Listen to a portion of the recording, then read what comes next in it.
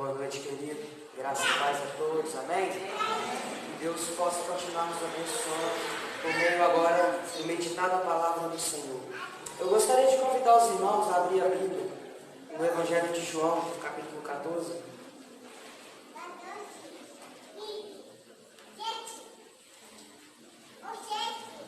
João 14, verso 4.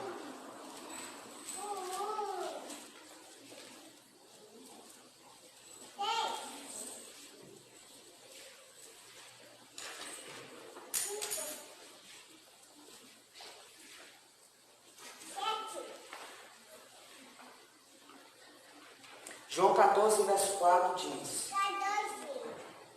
14. E vós sabeis o caminho para onde eu vou. Disse-lhes Tomé: o caminho para onde eu vou. Disse-lhes Tomé: o Senhor, não sabemos para onde vais. Como saber o caminho? Verso 6. Respondeu-lhe Jesus: eu sou o caminho e a verdade e a vida. Ninguém vem ao Pai senão por mim. Se vós me tivesseis conhecido, não conhecereis também a meu Pai. Desde agora conheceis e o tendes visto. Replicou-lhe Filipe: Senhor, mostra-nos o Pai, e isso nos basta. Disse-lhe Jesus: Filipe, há tanto tempo estou convosco e não me tens conhecido? Quem me vê a mim, vê o Pai. Como dizes tu, mostra-nos o Pai. Não crês que eu estou no Pai e que o Pai está em mim? As palavras que eu vos digo, não as digo por mim mesmo, mas o Pai que permanece em mim faz as suas obras. Verso 11. Crede-me que eu estou no Pai e o Pai está em mim. Crede ao menos por causa das mesmas obras. Em verdade vos digo, que aquele que crê em mim fará também as obras que eu faço e outras maiores fará. Porque eu vou para junto do Pai, e tudo quanto pedirdes em meu nome, isso farei, a fim de que o Pai seja glorificado no Filho. Só até aqui. Abaixa a sua cabeça, deixa a Bíblia aberta e vamos orar ao Senhor. Santíssimo Deus, aqui está, ó Pai, a Tua palavra aberta. Eu rogo a Ti, ó Pai, nesse momento que o Senhor fale conosco. Ó Pai, a Tua palavra, ela mesmo diz que ela não volta vazia. E estamos aqui com o nosso coração, ó Pai, ansioso para ouvir a Tua voz. Ó Pai, o nosso coração como terra, então, Senhor, está aqui precisando da semente da Tua palavra, a semente divina. Então, ó Pai, despeja a graça sobre nós, faz o Teu reino avançar, ó Pai, e nessa noite que possamos nos conformar à imagem de Cristo Jesus, o nosso Rei, o Rei dos Reis e o Senhor dos Senhores, no nome de Jesus. Amém. Falar sobre eu sou é falar sobre a identidade de Deus. É falar sobre a revelação que se encontra tanto no Antigo Testamento como no Novo. O eu sou que sou é revelado a Moisés na sarça ardente. Deus se revela a Moisés dizendo: vá até o faraó e diga: eu sou que sou, te enviou. Ou seja, aquele que é soberano, aquele que é o Criador dos céus e da terra, te enviou para uma missão. Esse Deus que se revela por meio hoje da sua palavra, contida no Antigo e no Novo Testamento, está nessa noite presente por meio do Teu Espírito Santo também para se revelar a mim e a você. Esse Deus nos chama para ser, para refletir aquele que Ele é. Por isso que eu sou e você é, nós refletimos aquilo que Ele é. Por isso que há um mandamento, há uma ordem do Senhor para mim e para você, para servir, para buscar o Senhor em intimidade por meio da oração e para viver em unidade. Por isso desse tema. Mas o texto que nós lemos, ele é um texto muito belo. É as últimas palavras de Jesus.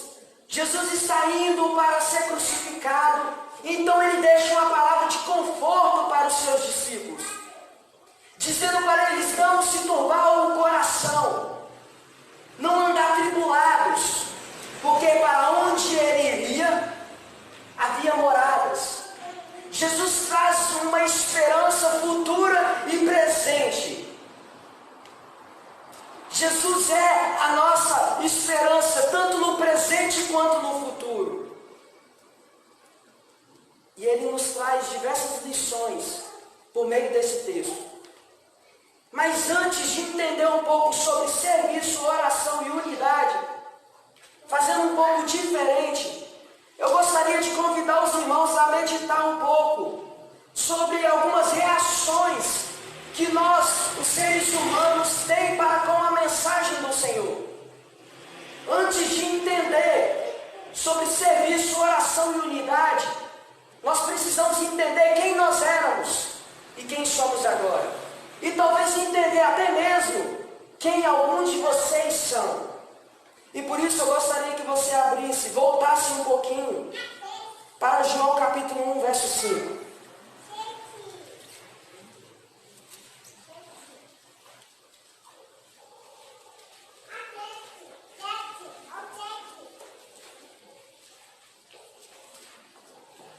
João 1, verso 5 vai dizer: a luz resplandece nas trevas, e as trevas não prevaleceram contra ela. Nós vemos aqui a primeira reação do ser humano para a mensagem do Evangelho. É a ignorância espiritual. Quando João diz aqui que a luz resplandece nas trevas e as trevas não prevaleceram contra ela, ele está dizendo sobre a revelação de Jesus sendo uma luz, trazendo entendimento àqueles que estão em trevas, ou seja, a todos nós.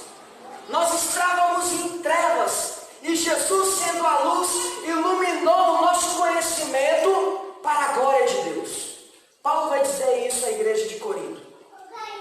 Então, quando nós lemos que a luz resplandece nas trevas, nós precisamos compreender que a primeira reação do ser humano para a mensagem do Evangelho é ignorância espiritual. Permanece-se então de forma ignorante para com a mensagem do Evangelho. E talvez muitos de vocês permaneçam até hoje ignorantes quanto à mensagem do Evangelho.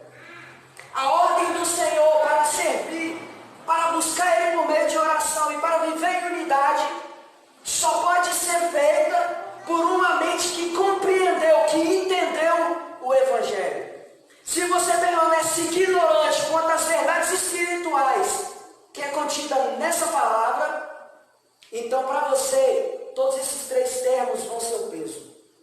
Porque você não entendeu ainda. Porque para você, isso é difícil. Mas quando a luz do Evangelho resplandece na sua mente, então isso não vira um peso, mas vira um deleite, vira um prazer. Então não é necessário mais, Patrícia, pedir para o pessoal orar. Porque por meio da revelação da palavra, por meio do Evangelho, eu mesmo busco relacionamento com o Senhor. Então quando nós olhamos para a palavra do Senhor, nós precisamos compreender isso. Olhando para o verso 10, também de João, ele diz que o verbo estava no mundo, e o mundo foi feito por intermédio dele. Mas o mundo não conheceu. Veio para o que era seu, e os seus não receberam. Aquele que é o Criador dos céus e da terra estava presente entre nós, mas as suas criaturas não conheceram. Ignorância espiritual.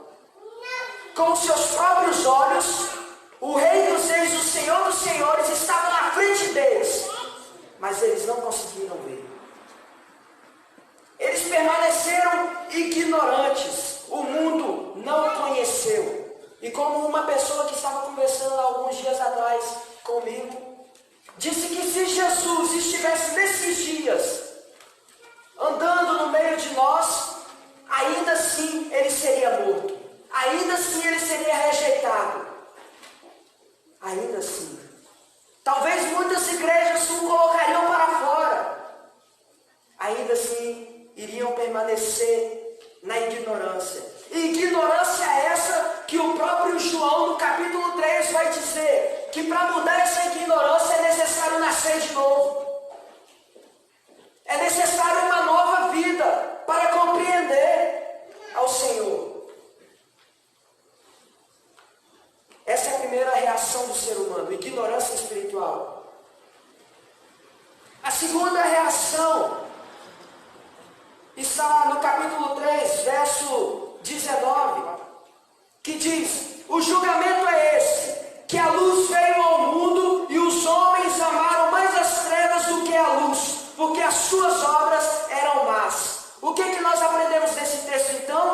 segunda reação, o ódio espiritual por parte das pessoas. Não é simplesmente rejeitar a mensagem do Evangelho, mas ter ódio contra o Criador. Jesus faz um milagre, Jesus cura alguns leprosos, somente um volta para agradecer. É um ódio espiritual. Os fariseus não encontravam nada para julgá-lo, e ainda assim queriam crucificar o Rei dos Reis, o Senhor dos Senhores, o nosso Senhor. Há um ódio espiritual por parte das pessoas. Pois todo aquele que pratica o mal aborrece a luz, ou seja, odeia a luz. E não se chega para a luz a fim de não serem arguidas as suas obras. Ou seja, a luz escandaliza aqueles que vivem na prática do pecado. Por isso que muitos preferem nem vir à igreja.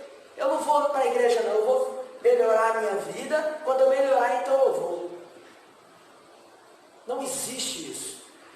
Ele não veio para aqueles que estão bem, ele veio para os doentes. Mas por que isso acontece? Porque há um ódio espiritual. Eles odeiam o nosso Deus. E talvez esse seja o seu caso.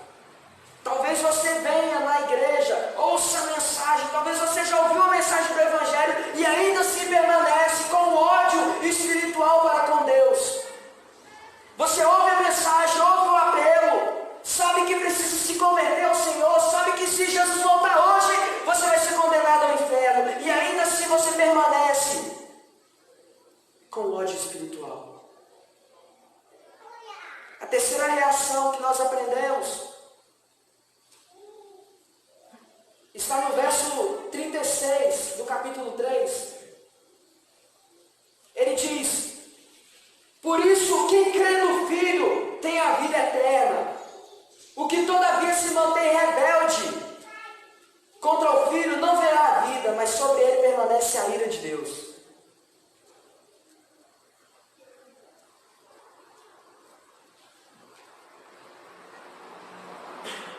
Quem se mantém rebelde contra o Filho de Deus, permanece sobre ele a ira de Deus. Nós aprendemos aqui que a terceira reação é a resistência espiritual.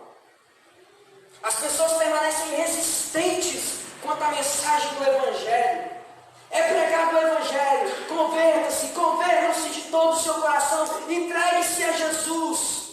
E ainda assim permanece resistente ao Senhor, permanece rebelde contra Deus. E sobre ele permanece também a ira de Deus. Todo aquele que não crê já está condenado. Ele prefere se manter rebelde contra o Filho de Deus do que assumir uma postura e mudar de vida. Prefere viver a sua vida da forma que acha que deve ser vivida do que entregar a sua vida a Jesus. Permanece rebelde, resistente. A quarta reação que vemos também está no capítulo 5, verso 25.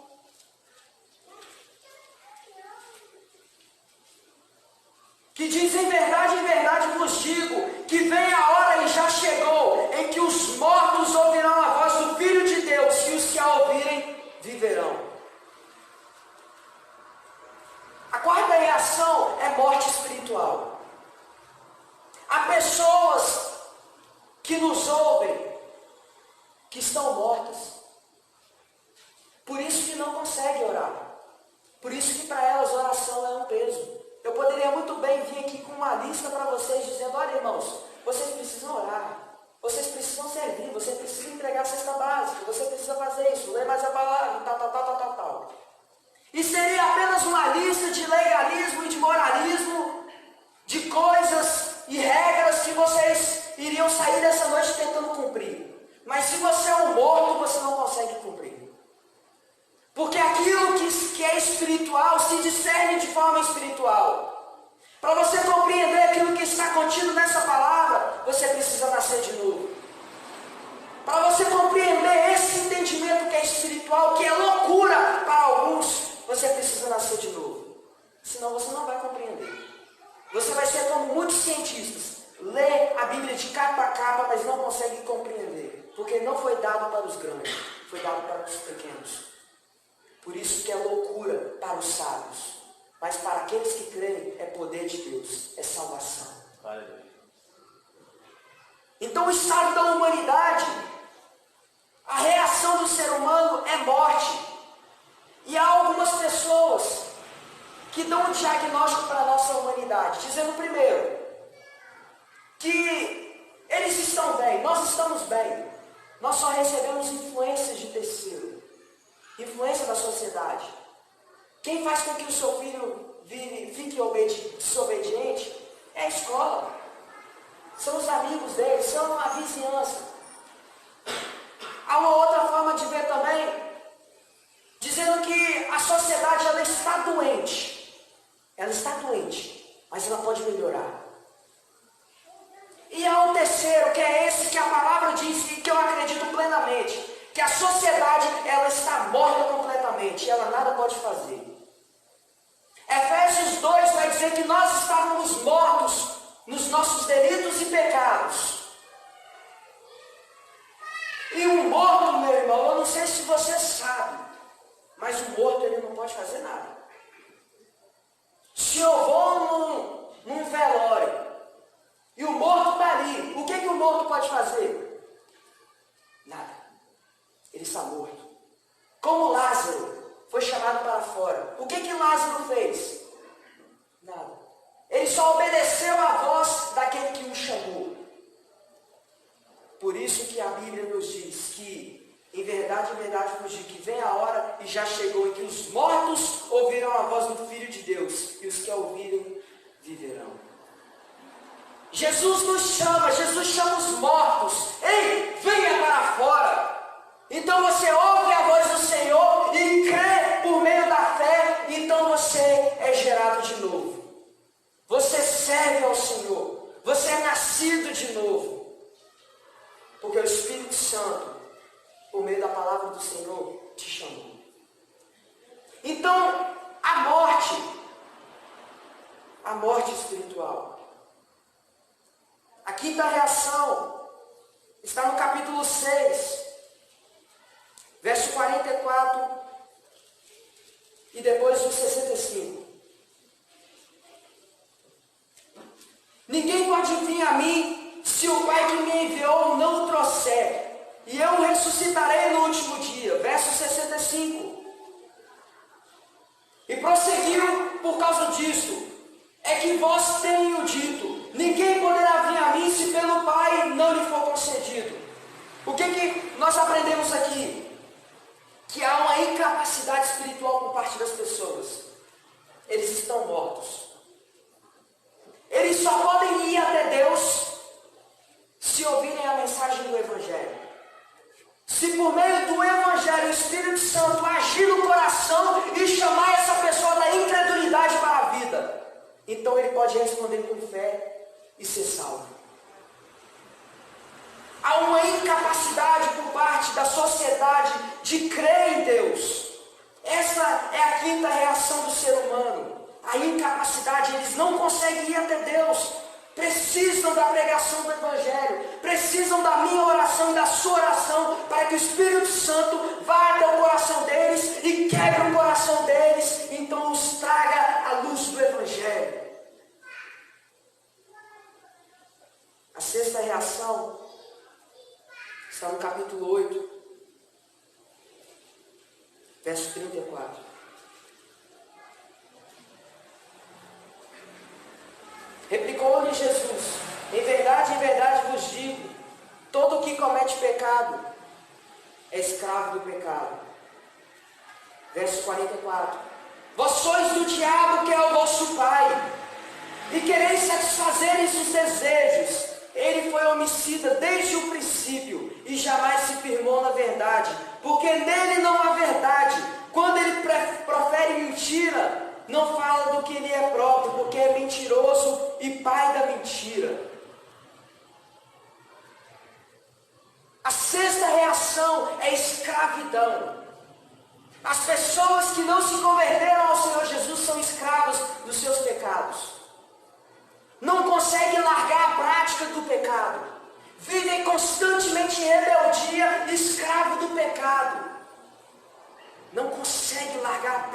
pecado. E nós falamos isso ontem aqui na vigília, sobre filiação, sobre imitar a Deus. Ele é, eu sou. E por causa disso, nós devemos imitar Ele em todas as nossas ações. Falamos sobre isso um pouco ontem. Mas o texto, no verso 44, vai dizer: vós sois do diabo. Quem que ele está falando aqui? Para os fariseus, os que estavam ouvindo o Evangelho e ainda se permanecendo com o seu coração endurecido. Ele está dizendo: vós sois do diabo, que é o vosso pai, e quereis satisfazer-lhes os desejos. Ou seja, aquelas pessoas que permanecem no pecado são filhos do diabo. Querido, é uma mensagem de confronto, porque só há duas famílias nesse mundo: ou você é filho de Deus, ou você é filho do diabo. Se você age como os frutos do Espírito, amor, paz, longanimidade, por aí vai. Se você tem os frutos do Espírito e age como? Imitando o seu pai, então você é filho de Deus. Mas se os frutos que você tem são os frutos da carne, mentira, lascívia, ira, porfia, e a lista discorre, você é filho do diabo.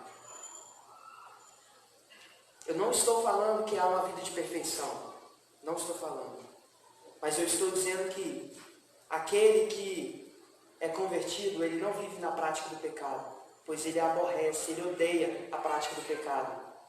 Na sua vida há o Espírito Santo, e o Espírito Santo vai conduzi-lo ao arrependimento. Se uma pessoa vive todos os dias na prática do pecado e ainda assim ela não se arrepende dos seus pecados, talvez a luz do Evangelho não brilhou sobre ela ainda. Talvez o Espírito Santo ainda não habite nessa pessoa. Sétima reação ainda está no capítulo 8, verso 43. Qual é a razão porque não compreendeis a minha linguagem?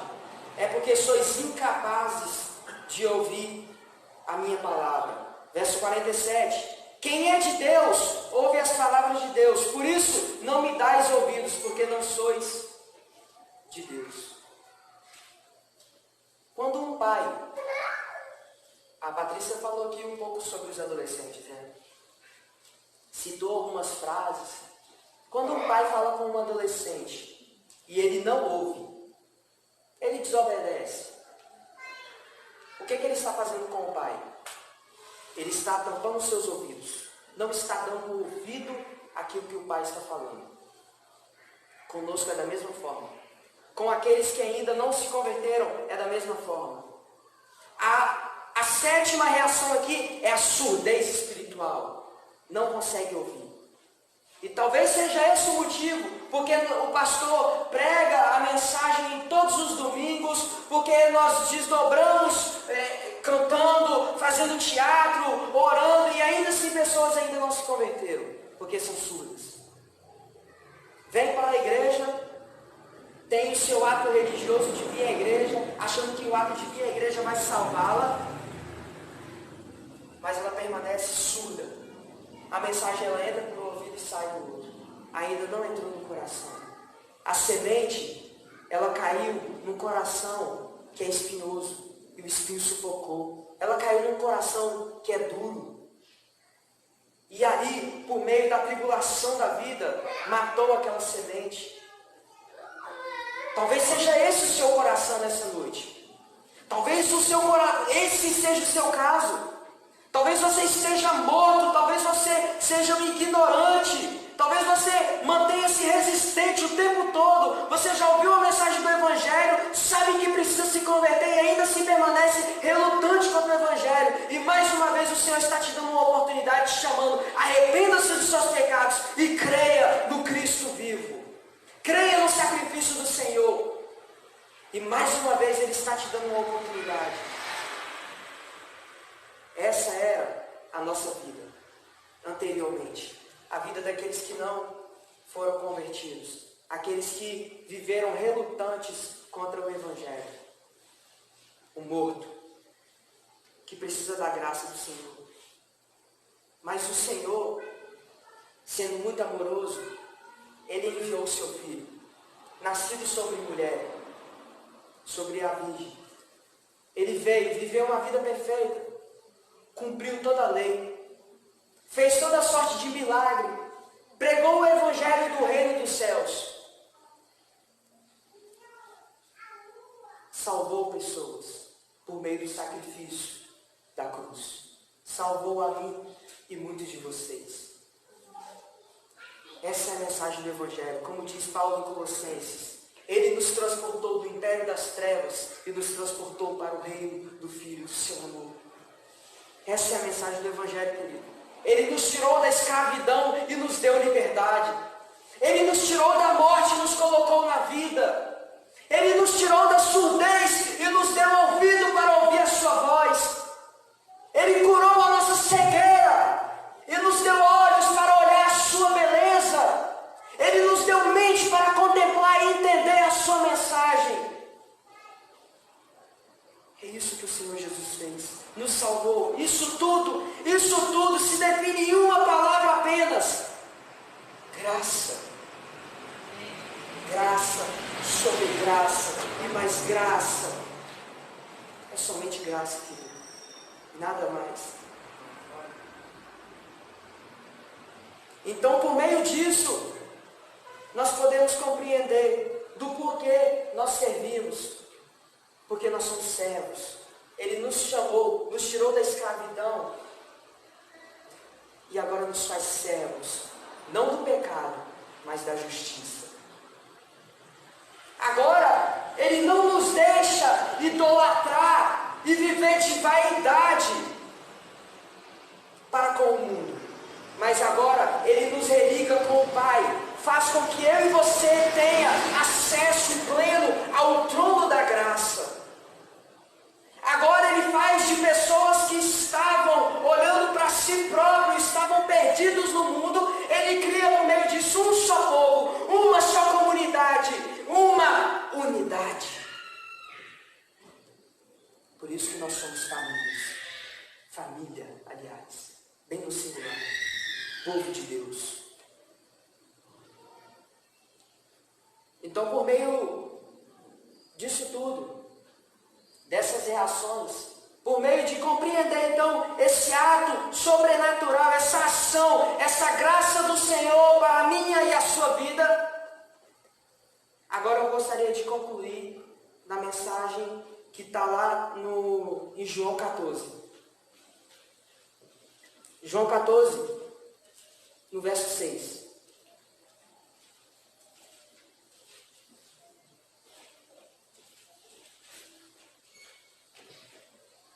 E encerrar, agora a palavra nos mostrou quem nós éramos. Quem nós éramos. Agora eu vou mostrar para vocês, por meio da palavra do Senhor, quem nós somos. Em primeiro lugar, no verso 6, respondeu-lhe Jesus: eu sou o caminho, a verdade e a vida. Ninguém vem ao Pai senão por mim. Jesus nos conecta com o Pai. Essa é a nossa situação agora. A partir de quando nós cremos no Senhor, Ele nos conecta com o Pai. Por quê? Porque Ele é o caminho, Ele é a verdade e Ele é a vida. Está bem no singular, não há outro caminho, não há outra verdade. A verdade que não está no plural, não existe as verdades, é a verdade. Ele é o único que pode te curar. Ele é o único que pode trazer aquele que está morto à vida. Somente Jesus pode fazer isso. Mais ninguém. Ele nos conecta com o Pai.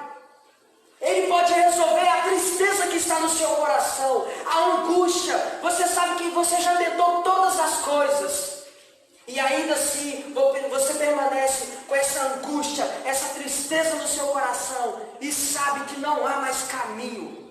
Eu te apresento nessa noite o único caminho, a única pessoa que pode te ajudar, que pode curar a ferida no seu coração. Jesus.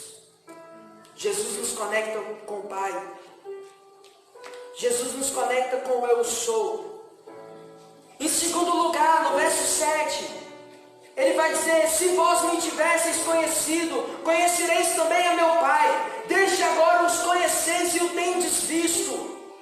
Jesus nos dá também um motivo para buscar o Pai.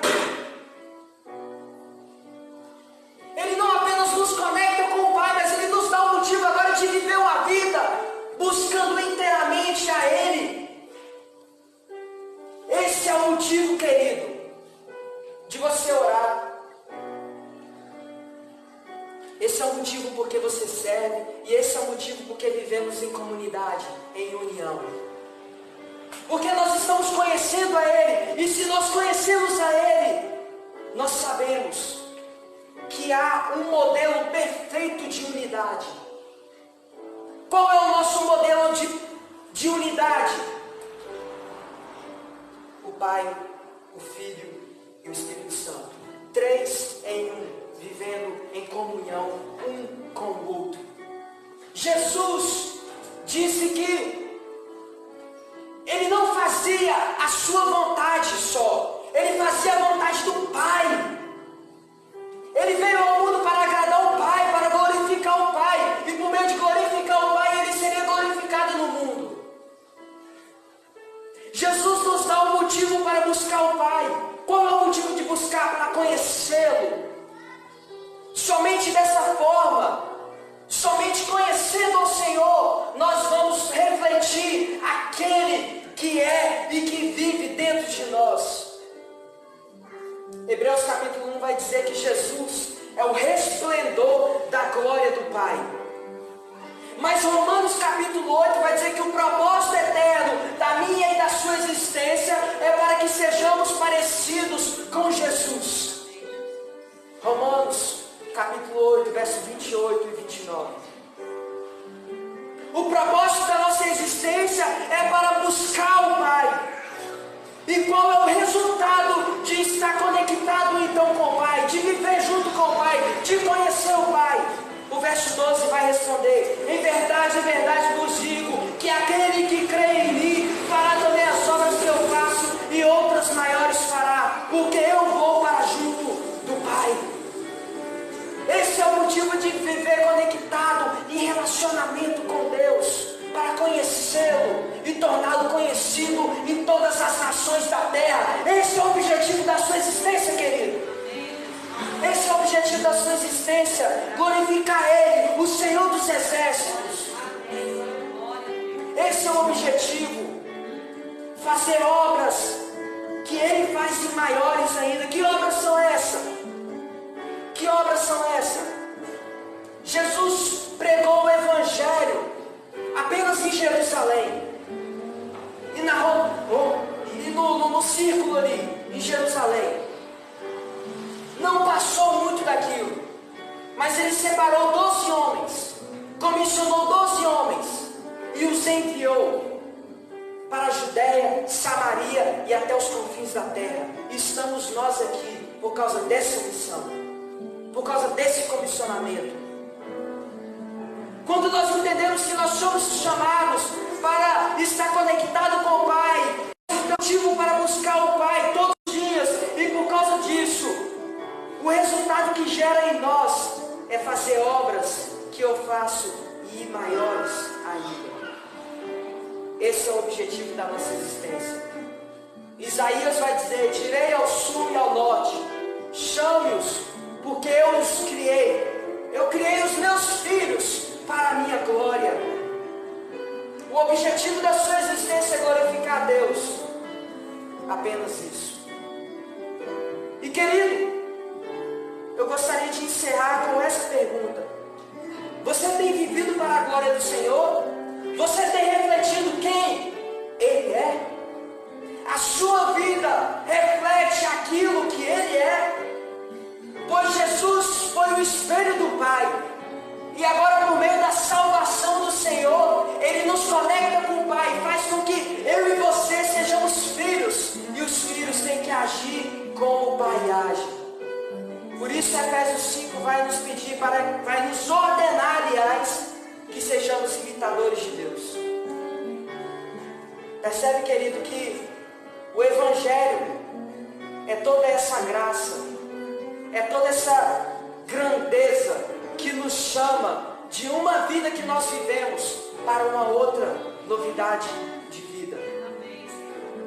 E a sua vida, como que está nessa noite?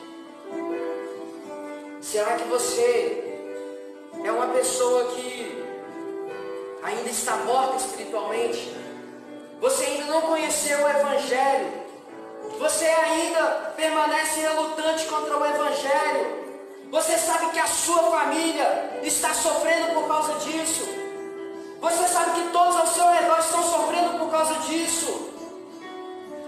O seu casamento está indo à bancarrota, está caindo um precipício abaixo. E o que você está fazendo? A única solução é Jesus Cristo.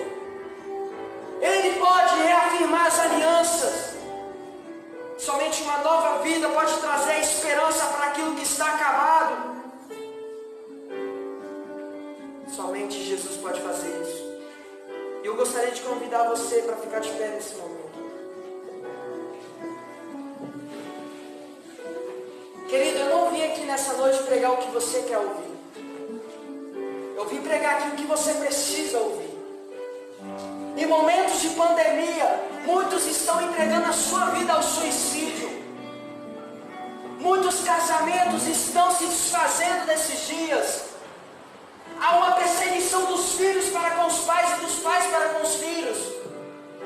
A sociedade está entregue às mãos, às garras de Satanás. E nós, como igreja do Senhor, estamos fazendo o quê? E essa mensagem é o puro evangelho que poderia ser pregado aqui nessa noite. É uma chamada a mim e a você ao arrependimento. Aquilo que o pastor tem pregado aqui nas quinta-feiras, por meio do profeta Joel: tocai a trombeta em Sião, congregai o povo, fazei uma assembleia solene, clamando a todos que se arrependam. Eu não sei como está a sua vida, não sei como está você diante de Deus, mas eu quero te dizer uma coisa: Jesus está voltando. E nesse momento Ele é o nosso advogado, mas Ele virá para julgar com justiça. E Ele julgará vivos e mortos. Ele julgará a minha e a sua vida. Ele julgará todos.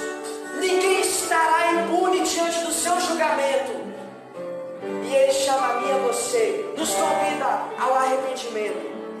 Ele é o Deus da graça. Ele é aquele que se fez carne e habitou dentro de nós, habitou no meio de nós, melhor dizendo. E Ele nos chama ao arrependimento, a entregar as nossas vidas. Vamos adorar o Senhor nesse momento. E eu te peço que você ore para dentro de si. Examine o seu coração, como você está diante do Senhor. Vamos louvar o Senhor.